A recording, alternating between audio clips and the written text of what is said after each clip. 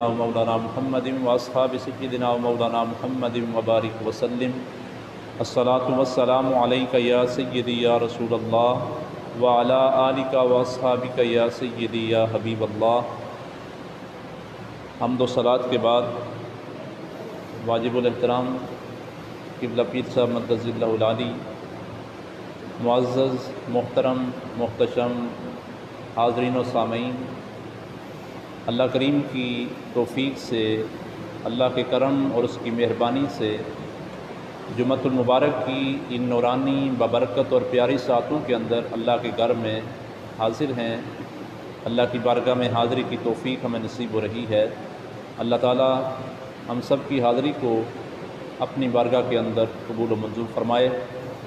جمعۃ المبارک کے اس عظیم دن کے اندر آج کے ہمارے خطبہ جمعہ کا موضوع حضرت عمر بن عبدالعزیز رحمۃ اللہ علیہ کی حیات و خدمات کے حوالہ سے ہے۔ آپ کو یاد ہوگا چند دن پہلے شام کے اندر حضرت عمر بن عبدالعزیز رحمۃ اللہ علیہ اور آپ کی اہلیہ محترمہ اور آپ کے دیگر ساتھیوں کی قبروں کی بے حرمتی کی گئی اور قبروں کو شہید کیا گیا، اور آپ کے جو جسد خاکی ہیں ان کی بے حرمتی کی گئی، اور پوری دنیا کے اندر مسلمان اس چیز پر سراپا احتجاج ہیں، اور ہر درد دل رکھنے والے انسان کا دل دکھا ہے اس عمل سے، اور جتنی مذمت کی جائے وہ کم ہے۔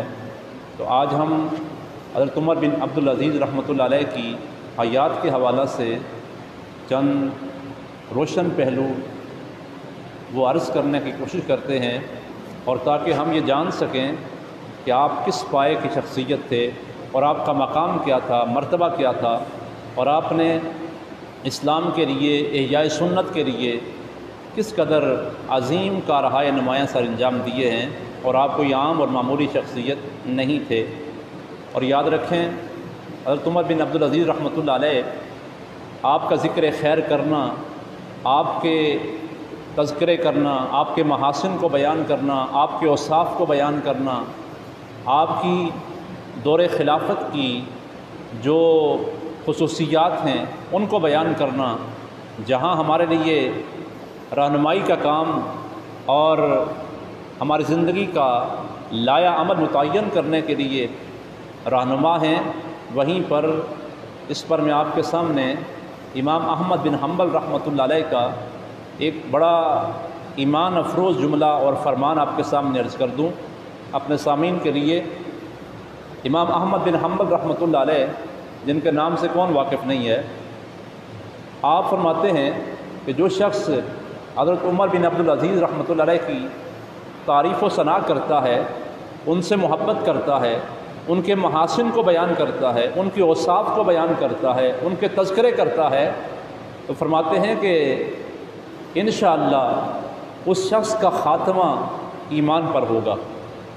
امام احمد بن حنبل کا یہ جملہ ہے کہ جو شخص بھی آپ کے تذکرے کرتا ہے، آپ کے محاسن کو بیان کرتا ہے، آپ کے اوصاف کو بیان کرتا ہے، اس کا خاتمہ ایمان پر ہوگا انشاءاللہ العزیز۔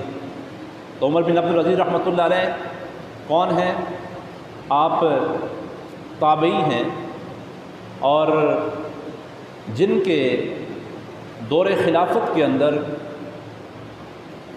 خلافت راشدہ کی یاد تازہ ہوئی، اور جنہیں ثانی عمر بن خطاب بھی کہا جاتا ہے۔ کون عمر بن عبدالعزیز؟ کہ جنہوں نے عدل و انصاف کا علم بلند کیا اور دنیا کو انصاف سے بھر دیا، بلکہ یہاں تک تاریخ میں آتا ہے آپ کے دور خلافت کے اندر بھیڑیا اور بکریاں ایک جگہ پہ رہتے تھے، اور بھیڑیا بکریوں کا نقصان نہیں کرتا تھا۔ دیکھو عدل و انصاف کی برکات دیکھیں کہ آپ کے دور خلافت کے اندر بھیڑیا جو بکریوں کا دشمن ہے لیکن وہ بکریوں کا نقصان نہیں پہنچاتا تھا۔ یہ عمر بن خطاب رضی اللہ تعالیٰ عنہ کے دور کی یاد اور خلفائے راشدین کی دور کی یاد تازہ کرنے والی شخصیت حضرت عمر بن عبدالعزیز رحمۃ اللہ علیہ آپ ہیں۔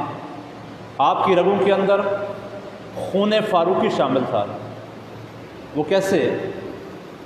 بڑا مشہور واقعہ ہے، جب سیدنا فاروق اعظم رضی اللہ تعالیٰ عنہ، ایمانوں کو تازہ کرنے والا یہ واقعہ ہے، آپ رات کا وقت ہے، گشت کرتے ہیں گلیوں کے اندر کہ رات کو میری رعایا میں سے کسی کو تکلیف تو نہیں ہے۔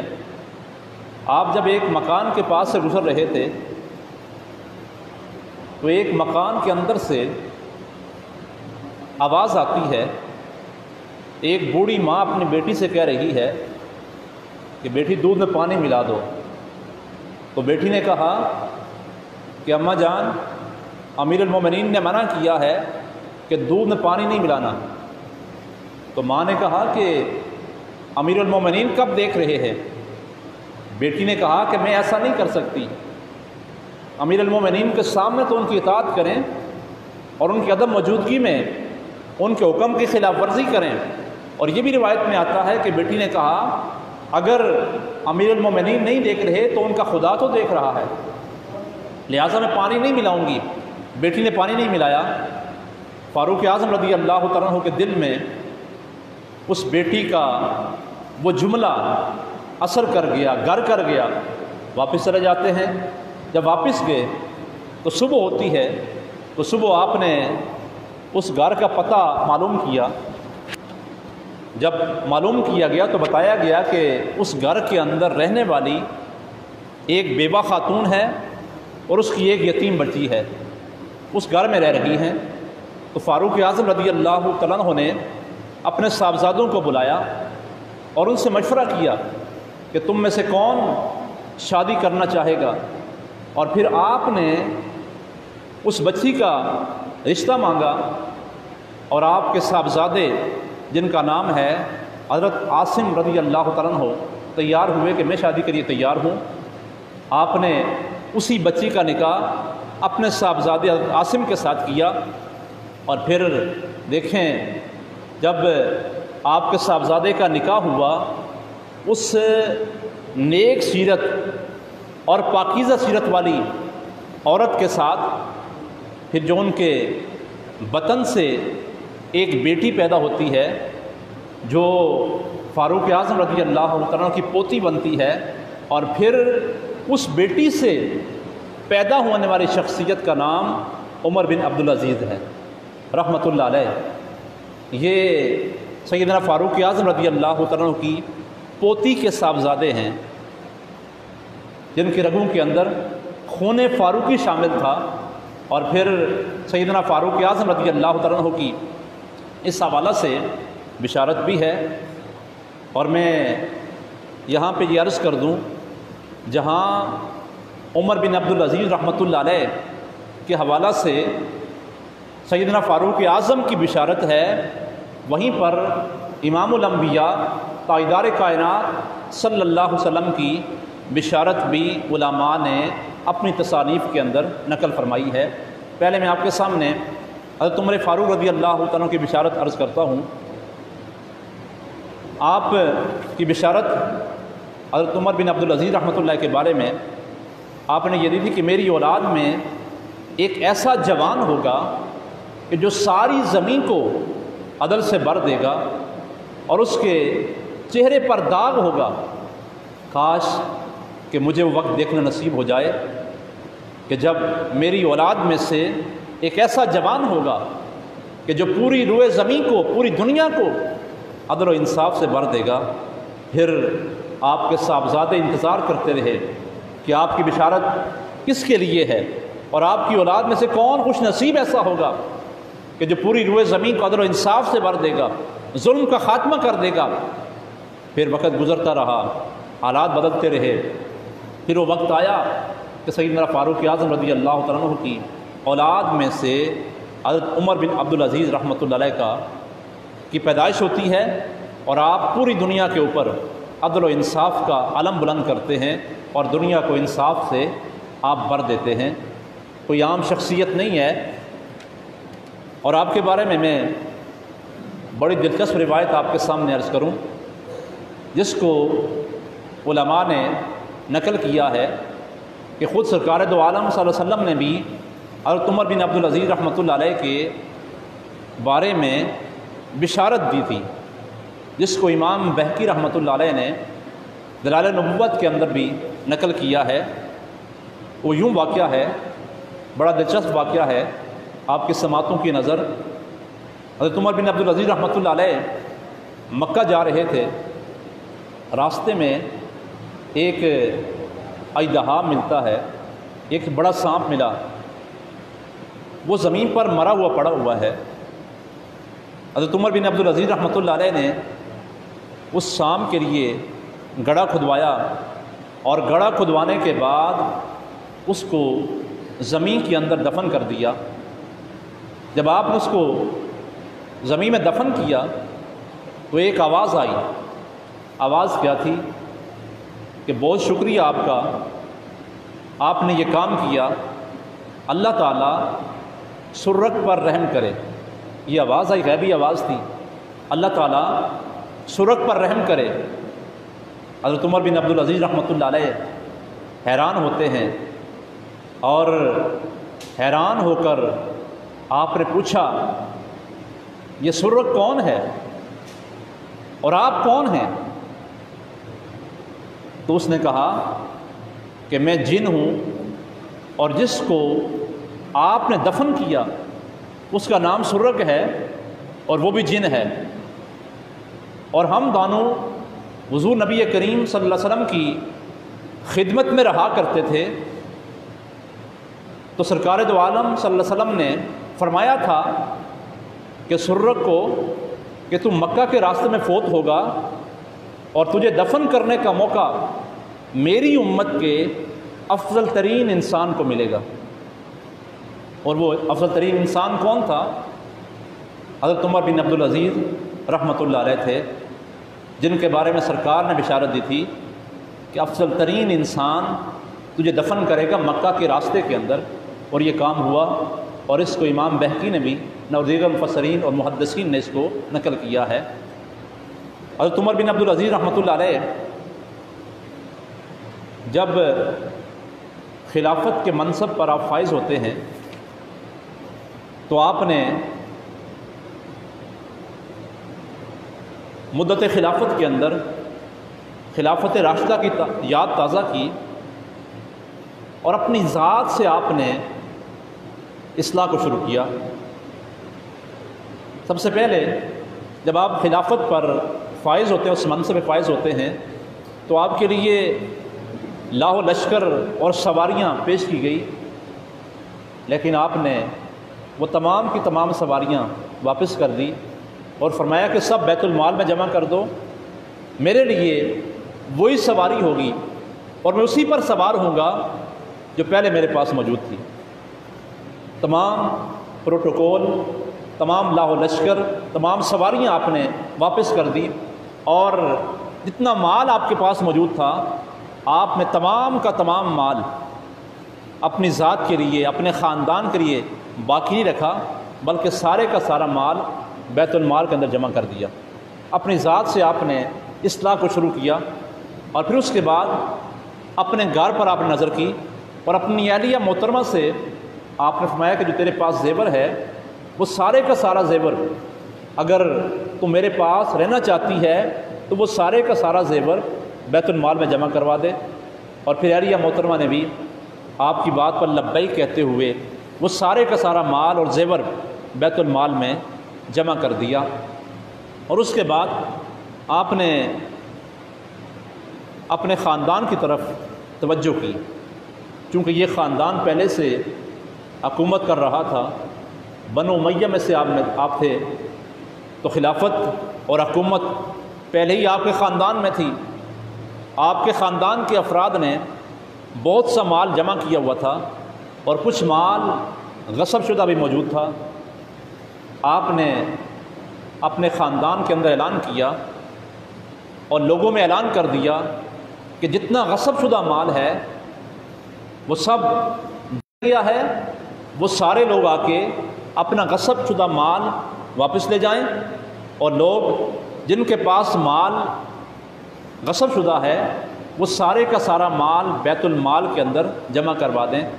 اور پھر لوگ مطالبہ کرنے کے لیے آئے جن کا مال غصب کیا ہوا تھا، آپ نے سب کا مال واپس کیا۔ بلکہ یہ بھی تاریخ میں ملتا ہے، ایک وقت ایسا بھی آیا حکومت پر، سلطنت پر، کہ آپ کے پاس بیت المال کے اندر خزانہ باقی نہیں رہا، وہ سارے کا سارا مال لوگوں کا تھا، وہ سب کا حوالے کر دیا ان کا۔ اور پھر آپ نے اس بات کی پرواہ نہیں کی، بلکہ شام سے، دمشق سے آپ نے دیگر مال منگوا کر پھر سلطنت کے امور چلائے، اور اس طریقے سے نظام آگے چلا۔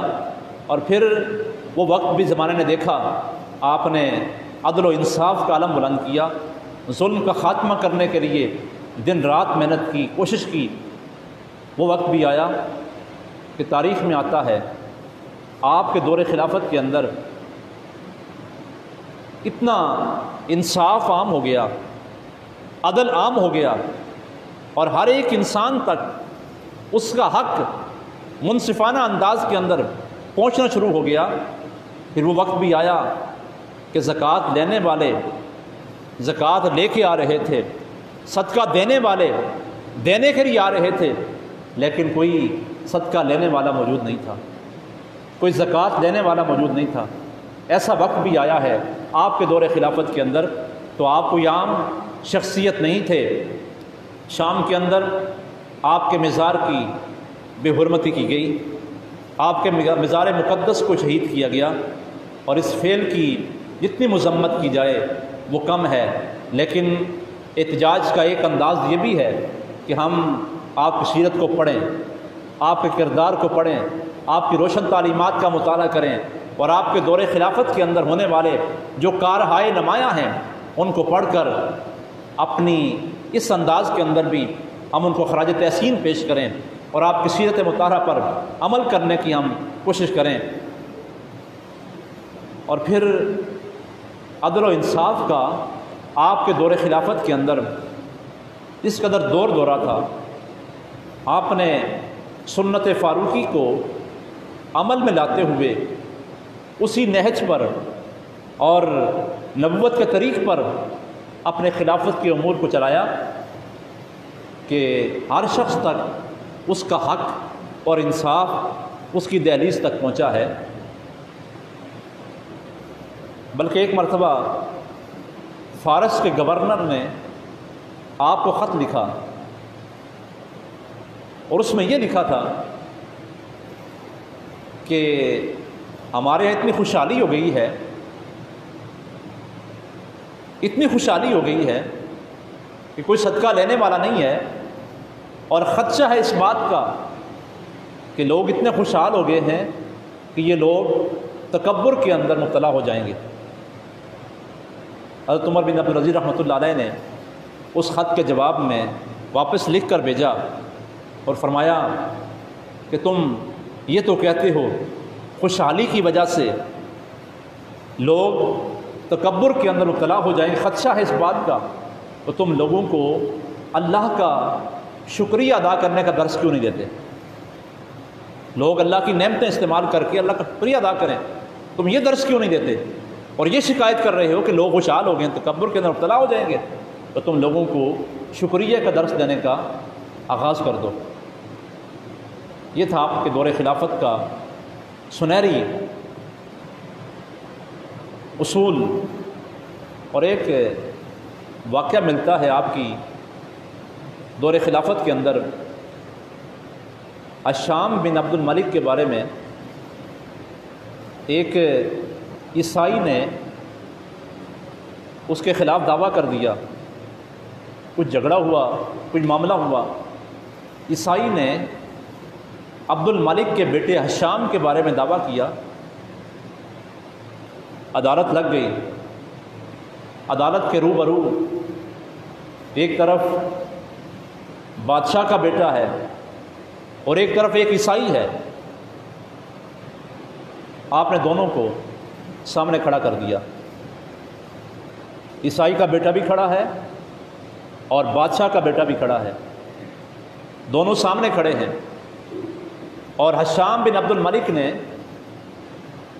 بڑے غصے کے عالم میں، جذبات کے عالم میں دیکھا اور اس نے کہا کہ یہ تو میری بےزتی ہے کہ میں بادشاہ کا فرزند ہو کر ایک عیسائی کے ساتھ اس کے ساتھ کھڑا ہوں عدالت کے اندر۔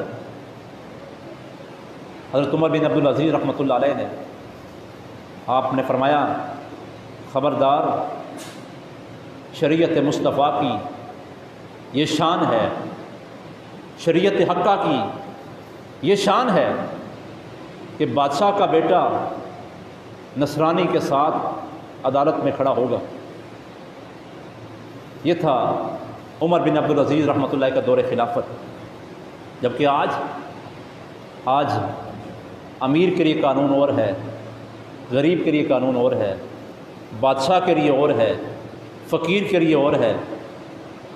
ایک عام انسان کے لیے قانون کے ضابطے کچھ اور ہیں، اور ایک بڑے آدمی کے لیے، کسی امیر کے لیے، وزیر کے لیے، مشیر کے لیے، کسی بڑے آدمی کے لیے قانون کے ضابطے کچھ اور ہیں۔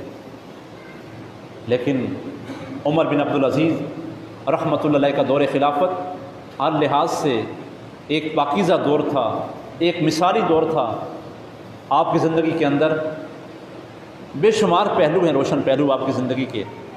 خوف خدا بھی تھا، آخرت کی فکر بھی تھی، حساب و کتاب کی فکر بھی تھی، زہد و تقویٰ بھی تھا، عاجزی انکساری بھی تھی، شب زندہ داری بھی تھی، اللہ کا ڈر ہر وقت آپ کے پیش نظر ہوتا۔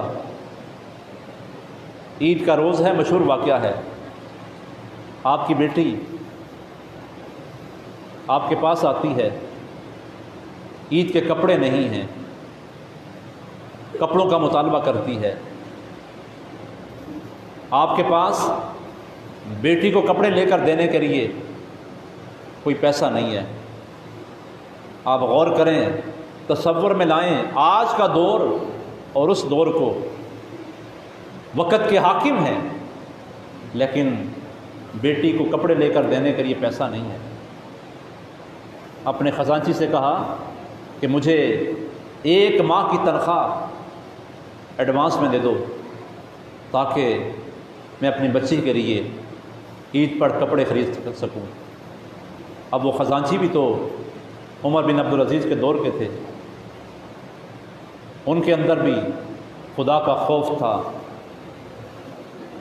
اس نے کہا اے امیر المومنین، کیا آپ کے پاس اس بات کی گارنٹی ہے کہ آپ 1 ماہ کے بعد زندہ رہیں گے؟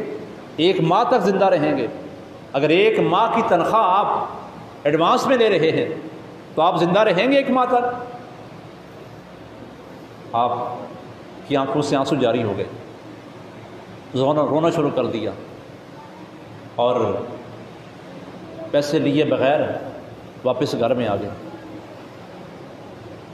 یہ تھا ان کا خوف خدا، یہ تھا آخرت کی فکر، حساب و کتاب کی فکر تھی، اور اپنی موت کا خیال تھا۔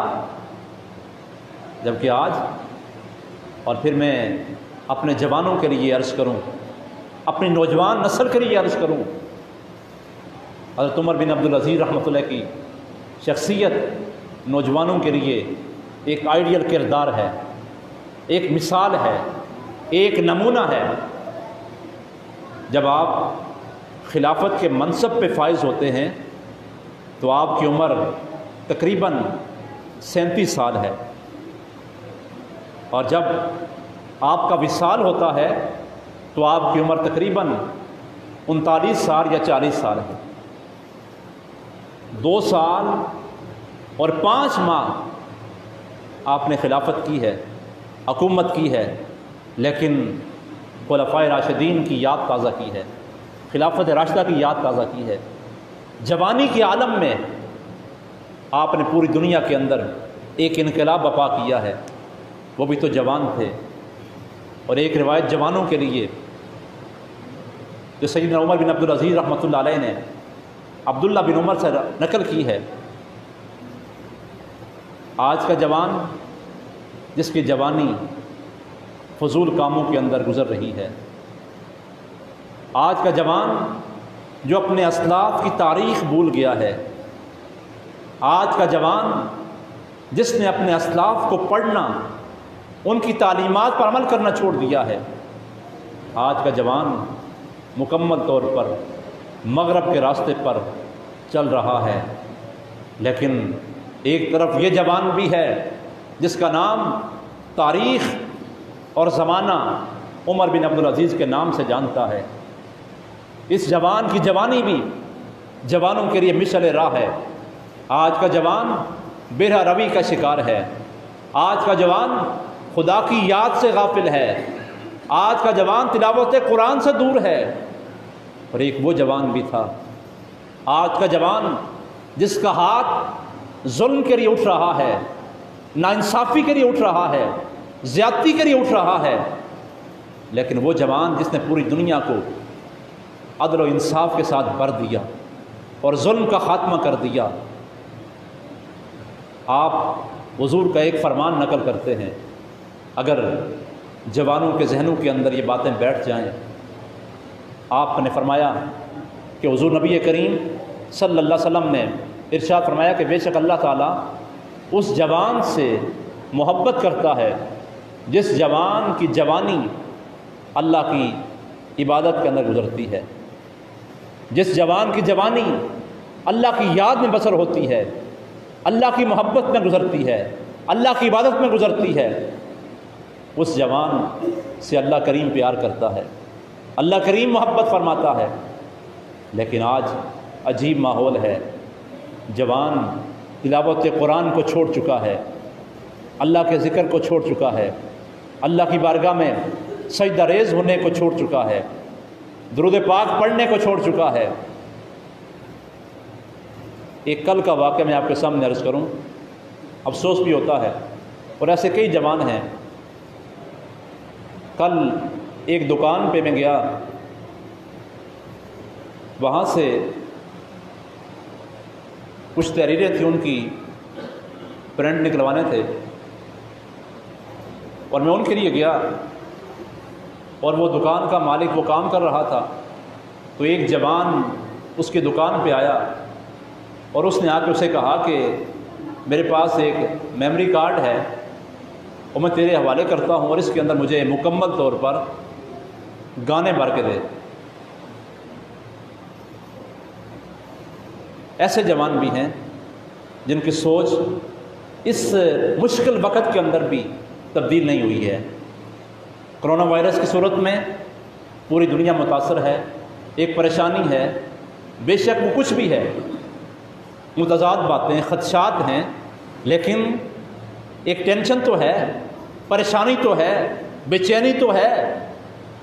ایسی صورتحال کے اندر بھی اگر ہم اپنے آپ کی اصلاح نہ کر سکیں اور تلاوت قرآن کی طرف، نماز کی طرف، ذکر کی طرف نہ آ سکیں، پھر ہمارا وہی ماحول ہو، ہمارے کان گانے سن رہے ہوں، ہماری زبان گندی باتیں بول رہی ہو، ہمارے ہاتھ ظلم کر رہے ہوں، ہماری سوچ ظلم کے بارے میں، گناہ کے بارے میں سوچ رہی ہو، تو پھر ہم اس سے کسی بڑے حادثے کا انتظار کریں، اللہ کی ناراضگی کا اظہار کسی اور انداز میں ہو۔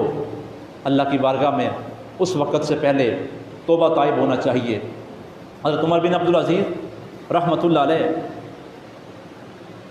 آپ کے فکر آخرت کے حوالے سے ایک بڑا مشہور واقعہ میں آپ کی سماعتوں کی نظر کروں۔ آپ کے بیٹے کا وصال ہوا، آپ نے زاروں قطار رونا شروع کر دیا۔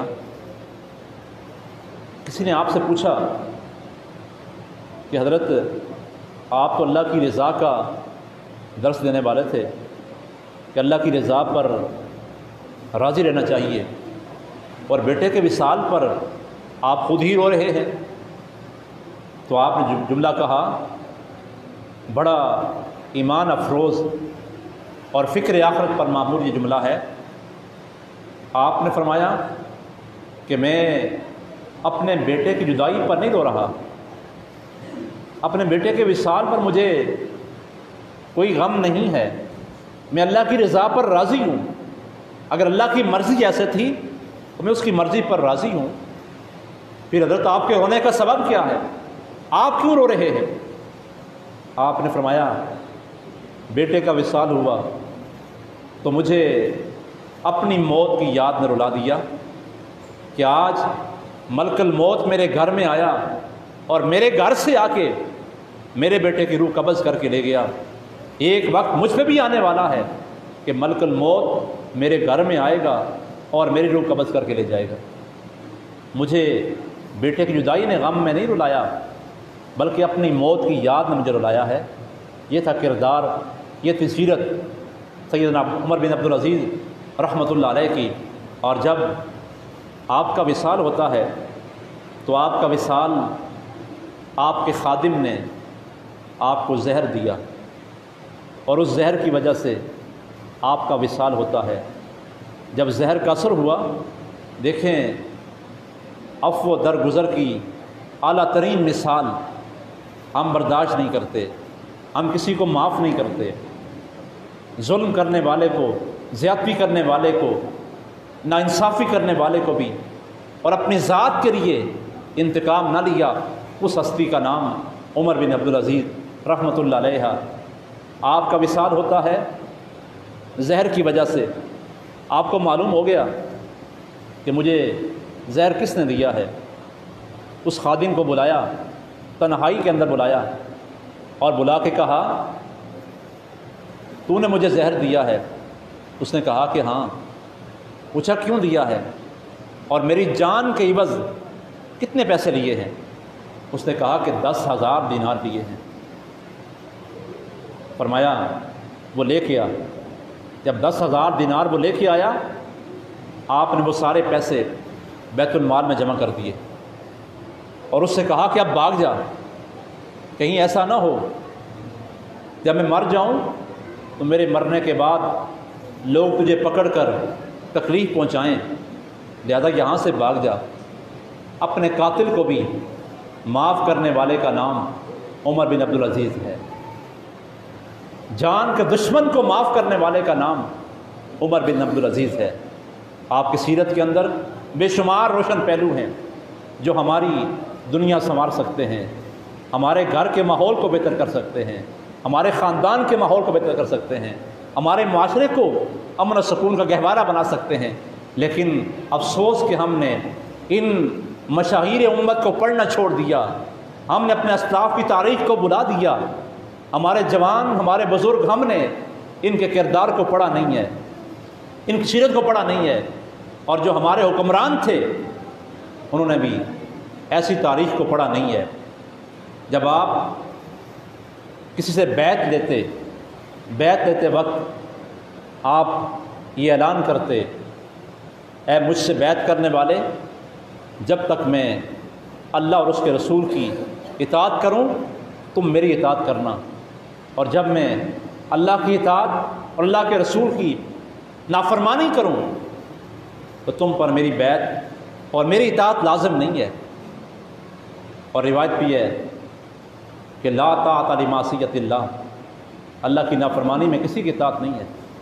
لیکن آج ہر جائز ناجائز کام کی پیروی کرنے کا حکم دیا جاتا ہے، اور دین کی خلاف ورزی ہو رہی ہو، شرک دجیاں اڑائی جا رہی ہوں، اسلام کے خلاف سارے پروگرام ہوں، اور پھر بھی مطالبہ یہ ہے ہماری اطاعت کی جائے، ہماری بات کو مانا جائے، ہمارے حکم کو مانا جائے۔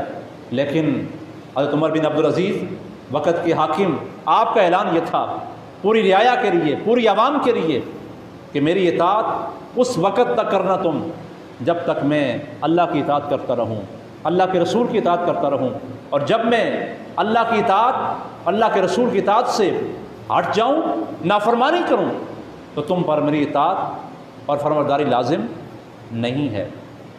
بڑی روشن سیرت کے مالک تھے عمر بن عبدالعزیز رحمۃ اللہ علیہ۔ شام کے جو کچھ ہوا، آپ کے مزار کی بھی حرمتی کی گئی، اس کی جتنی مذمت کی جائے وہ کم ہے، لیکن اس سے بڑا احتجاج یہ بھی ہے کہ ہم ان کے کردار کو پڑھیں، سیرت کو پڑھیں، اور اس کے مطابق زندگی کو ڈالنا شروع کر دیں، عمل کرنا شروع کر دیں۔ اللہ کریم کی بارگاہ میں دعا کرتے ہیں کہ مالک جو کچھ ہم نے بیان کیا ہے اس کو اپنانے کی اور اس کے مطابق زندگی گزارنے کی توفیق نصیب فرمائے۔ اللہ کریم عمر بن عبدالعزیز رحمۃ اللہ علیہ اور آپ کے خاندان کے دیگر افراد، اللہ ان کے درجات کے اندر مزید بلندیاں عطا فرمائے۔